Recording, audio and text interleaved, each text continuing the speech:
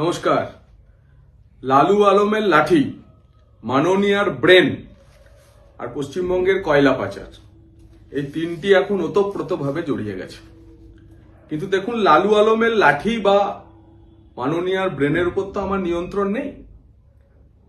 এই ব্রেনের কি পরিস্থিতি, আগে কেমন ছিল, এখন কেমন আছে, ব্যাপারটা পুরো গেছে কিনা সেটা আপনারা বিচার করবেন। কিন্তু কয়লা পাচার নিয়ে গতকাল এবং আজ তিনি আমার নামে কিছু অভিযোগ তুলেছেন। গতকাল তো সরাসরি জগন্নাথ চট্টোপাধ্যায় বলেছিলেন, আজকে বলেছেন জগন্নাথ বিজেপির বড় ডাকাত। কয়লার টাকা নাকি অমিত শাহকে পাঠায় ভায়া গদ্দারের মাধ্যমে। আমি সে বিষয়ে কয়েকটি প্রশ্ন মাননীয়াকে করতে চাই এবং কিছু বিষয় আপনাদেরও জানাতে চাই, তারপরে তারও কিছু উত্তর চাই এবং তিনি যে অভিযোগ করেছেন তার প্রমাণ তাকে করতে হবে। দেখুন, পশ্চিমবঙ্গে কয়লা পাচারের মূল যে কারবার ফুলে ফেপে ওঠে 2016 থেকে 2020।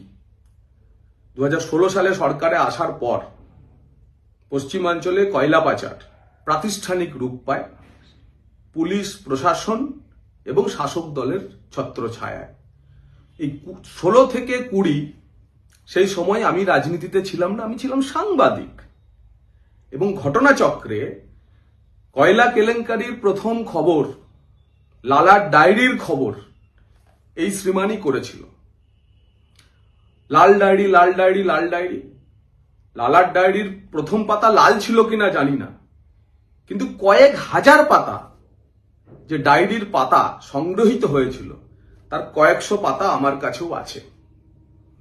আপনাদের দেখাই সেই লালার ডায়েরির কয়েকটি পাতা, এরকম কয়েকশো পাতা আমার কাছেও আছে। এই যে কোন ডেটে কাকে কার মাধ্যমে লালা টাকা দিয়েছিল তা সব এভাবে লিপিবদ্ধ করে আছে।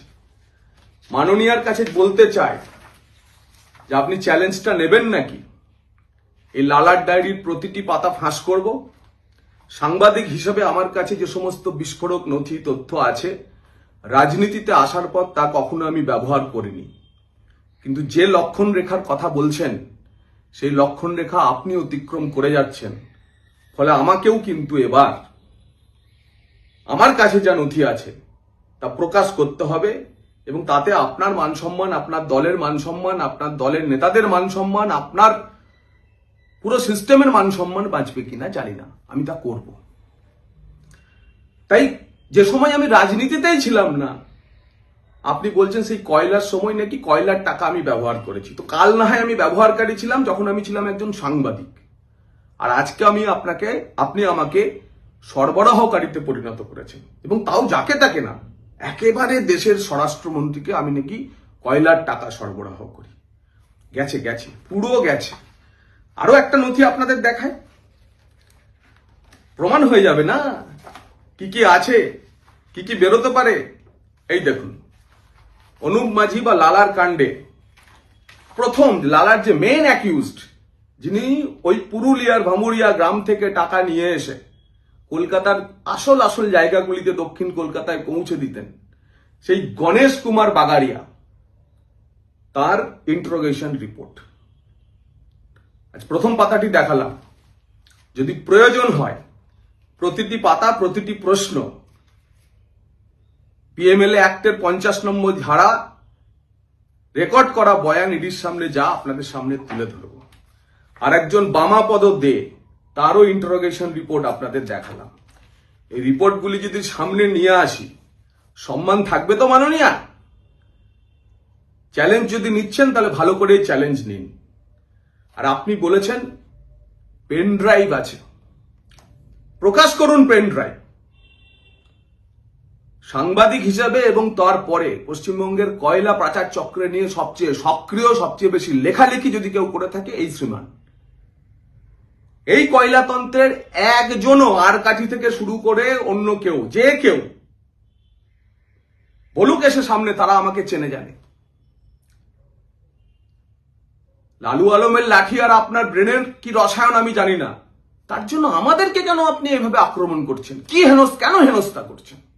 এভাবে প্রকাশ্যে বলে আমাদের ভাবমূর্তি নষ্ট করার চেষ্টা করছেন।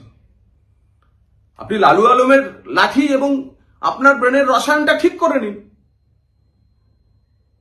2016 সাল থেকে 2026 সাল 10 বছর এই যে চক্র চলছে কয়লা পাচার, তার আগেও চলেছে, অজস্র মামলা হয়েছে, অজস্র এফআইআর হয়েছে, তাতে আপনার কিছু এফআইআর তার সঙ্গে সরাসরি যোগ আপনার ভাইপোরও রয়েছে। কোথাও একটা জিডি এন্ট্রি আছে আমার নামে? এফআইআর তো দূরের কথা, জিডি এন্ট্রি আছে? এই চক্রের কোনো মানুষের কোনো বয়ানে কোথাও আমার নাম উল্লেখ আছে? আপনি প্রকাশ্যে আনুন। 48 ঘন্টার মধ্যে ওই পেন ড্রাইভ এবং সেখানে আমার কি যোগ তা যদি প্রকাশ্যে না আনেন, আপনার বিরুদ্ধে আইনি ব্যবস্থা নিতে বাধ্য হব। এবং আপনিও তৈরি থাকুন, যে জিনিস গত 10 বছরে কখনো প্রকাশ পায়নি, এবার ধীরে ধীরে সব তা প্রকাশ করে ছাড়ব। নমস্কার। সেই ভিডিও এ পর্যন্তই। আমার ভিডিওটি যদি আপনাদের ভালো লেগে থাকে তাহলে অবশ্যই বেশি বেশি করে লাইক করবেন এবং শেয়ার করতে ভুলবেন না। আর চ্যানেলে যদি নতুন হয়ে থাকেন অবশ্যই সাবস্ক্রাইব করে পাশে থাকবেন। ধন্যবাদ।